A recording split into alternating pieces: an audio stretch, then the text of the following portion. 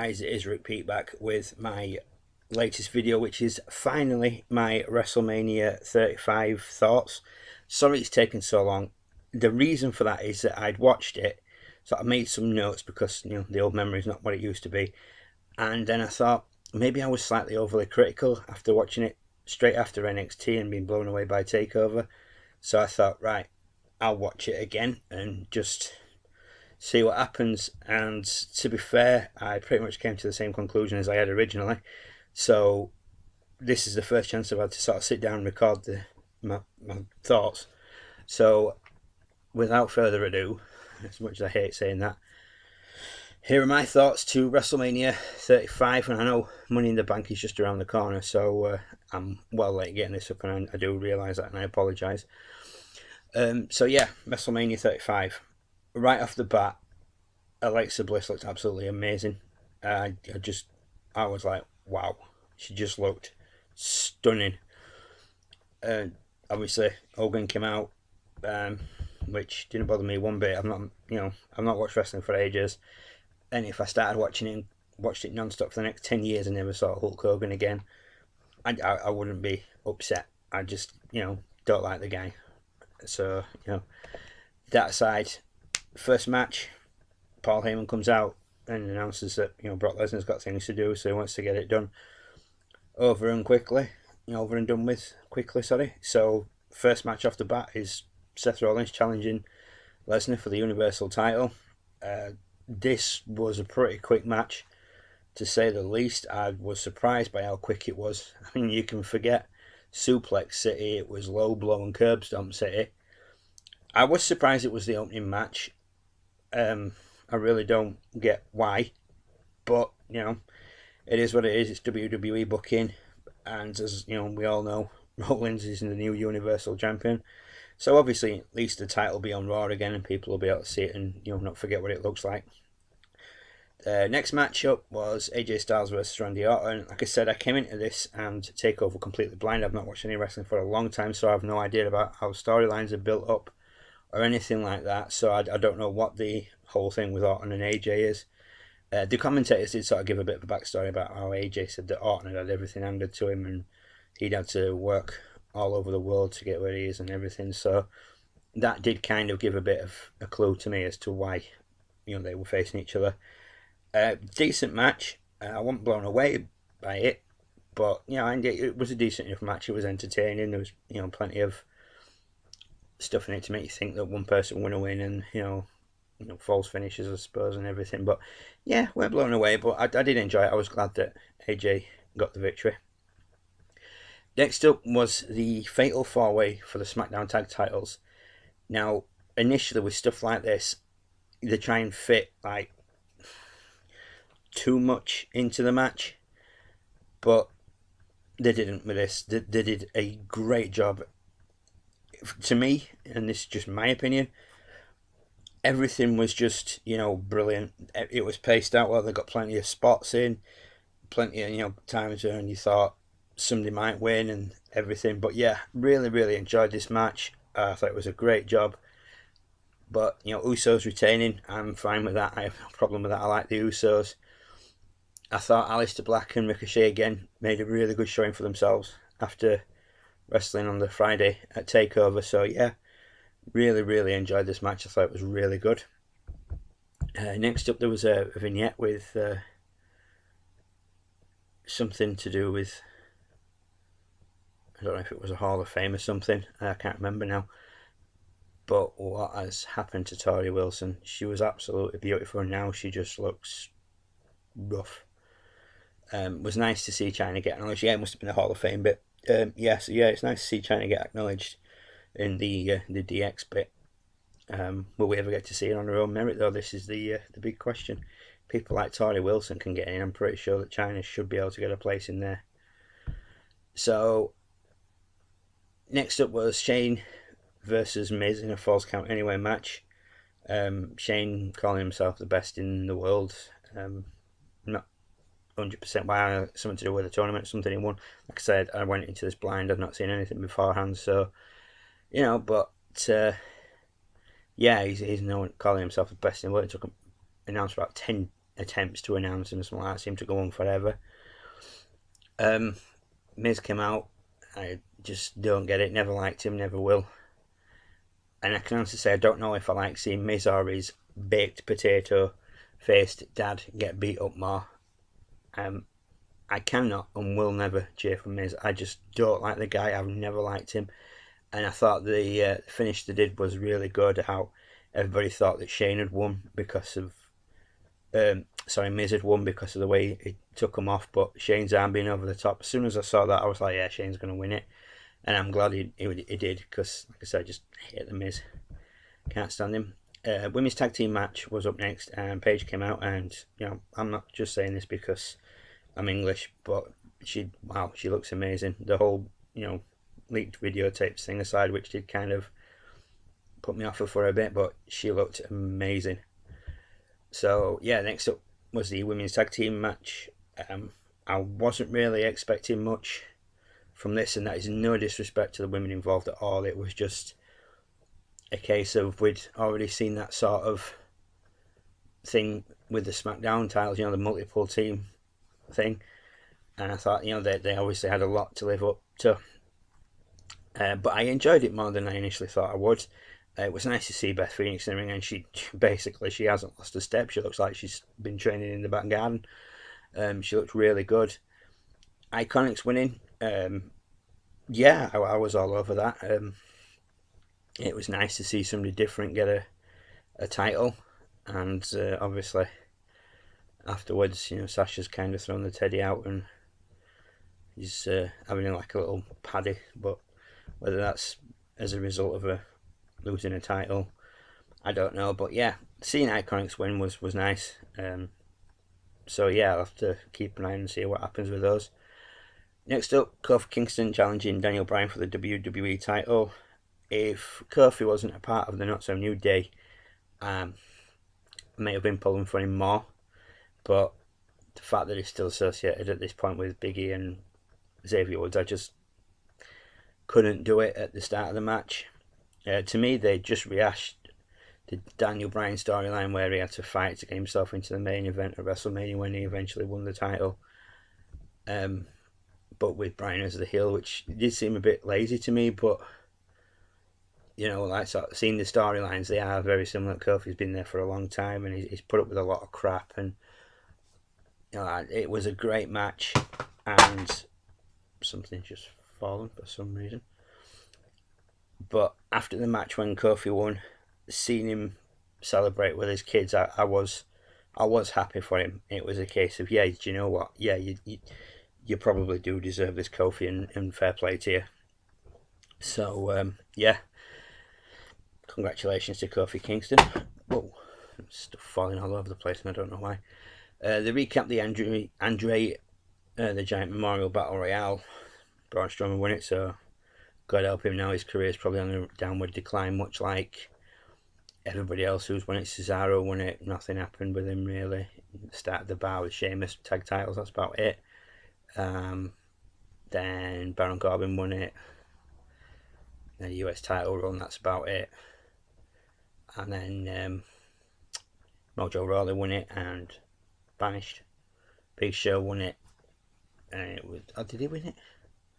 I can't remember now, but yeah, it just seems like that trophy's cursed. So good luck to Braun Strowman trying to get any sort of storyline or anything title reign now. Rey Mysterio versus Samoa Joe for the US title. Blinked and missed it. I mean, that was a quick match.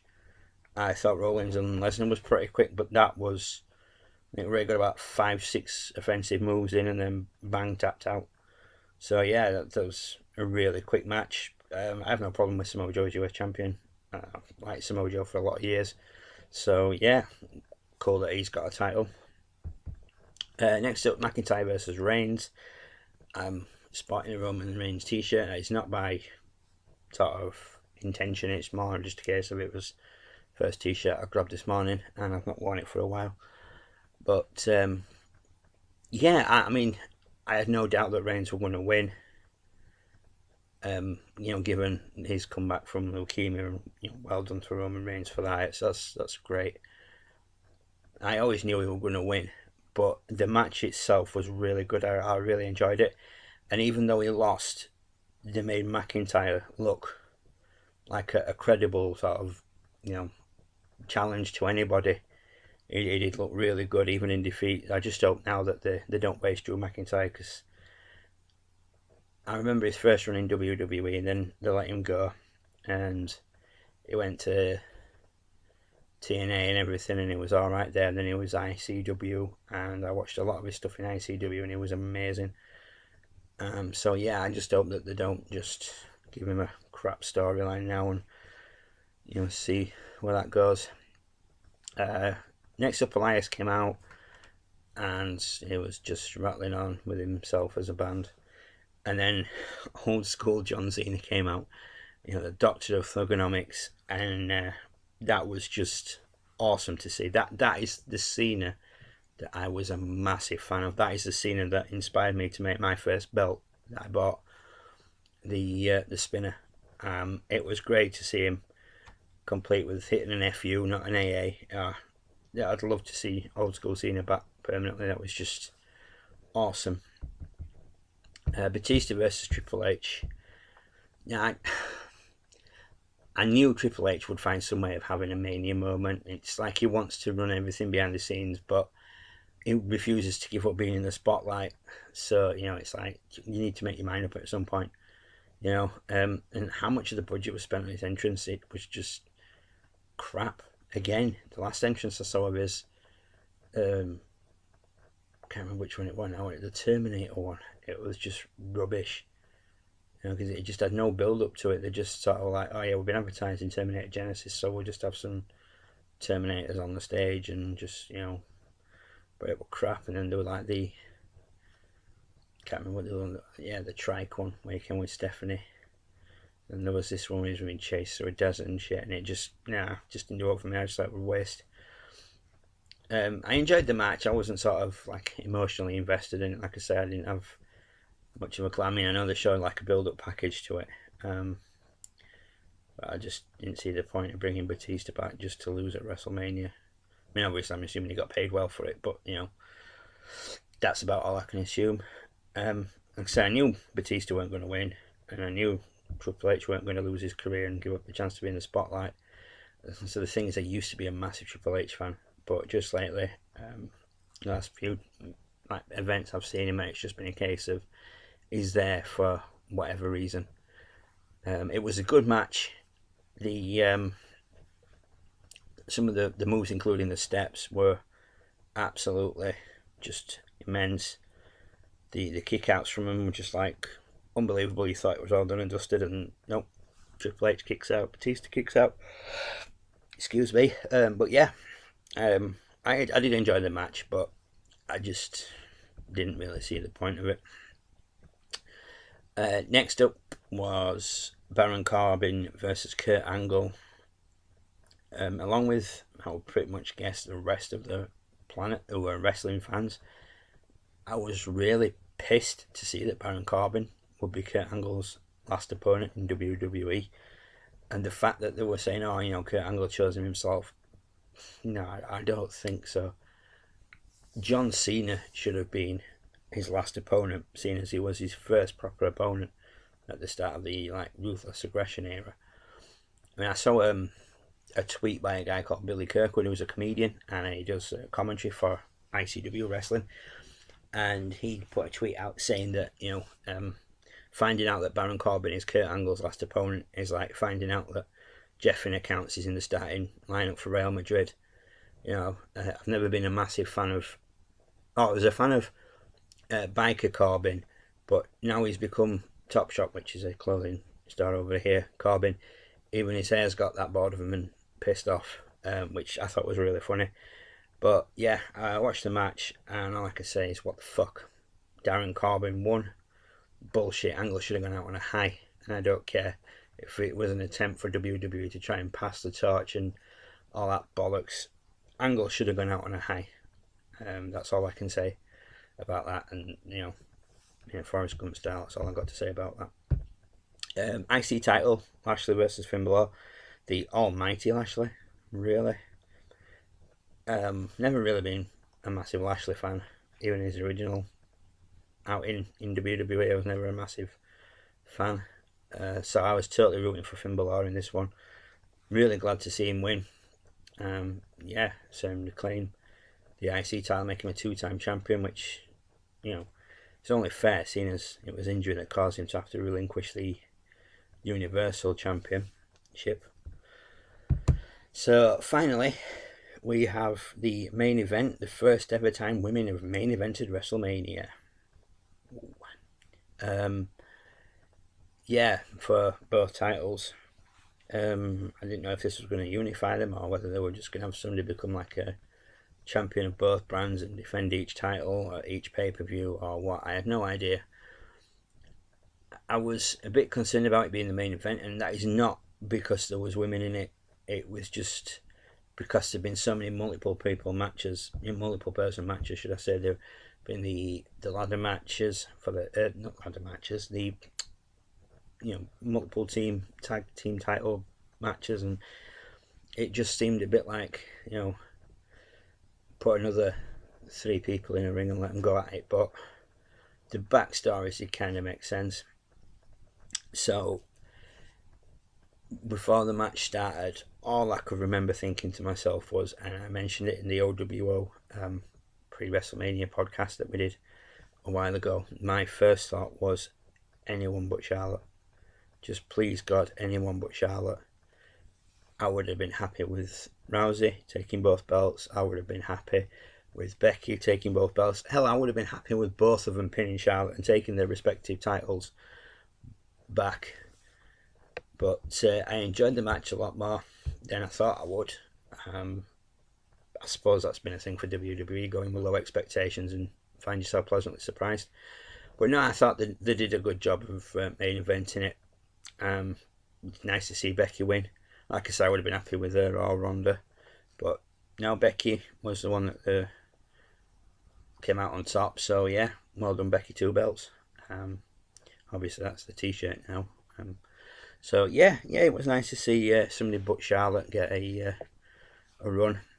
So overall, my thoughts on WrestleMania 1, I thought it was far too long. It is just long. It's just like a marathon. I watched it initially over 2 evenings, and then when I rewatched it, I did it in one sitting, and I felt so sorry for the people that were there. I really did, because it's like, really, how the hell do you sit in them plastic seats for all this time? You know what I mean? It just seemed to go on forever. As the event itself goes, yeah, too long. I preferred TakeOver. I thought TakeOver was a lot better show, and TakeOver was timed just nice. I don't know why WWE are trying to do these bloody 3-day pay-per-views. It's like, just give us, title matches and matches that are going to finish off some sort of rivalry or something. I mean, you don't be giving us like loads of stuff. I mean, I didn't even watch the kickoff show, and I still thought it was too long. So, all my friends from the belt group over here in the UK, European House of Wrestling Belts, if anybody's interested in joining, Facebook, great group. How them guys managed to sit through all that is just beyond me. I just couldn't do it. So yeah, but it weren't a bad event. Like I said, it was too long. And again, I preferred TakeOver. I thought TakeOver was just a better show.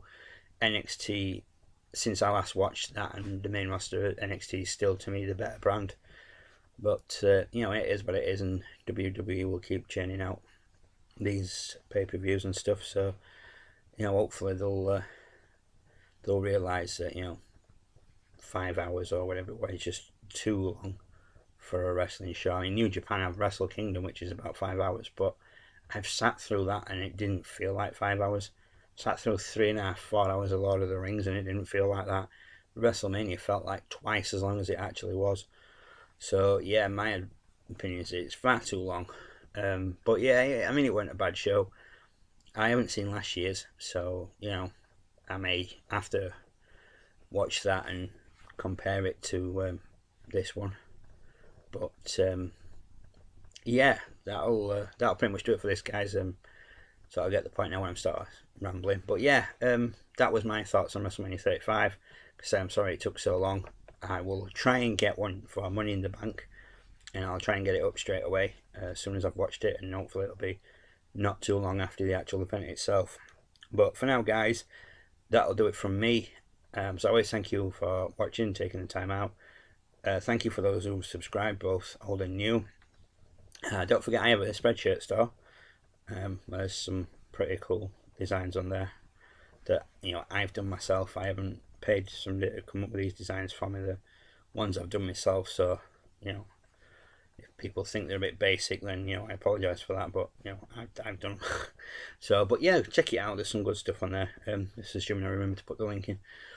But yeah, that'll do it for now, guys. As always, thank you for watching. Take care of yourselves, and I will see you very, very soon with a new video. So until then, bye for now.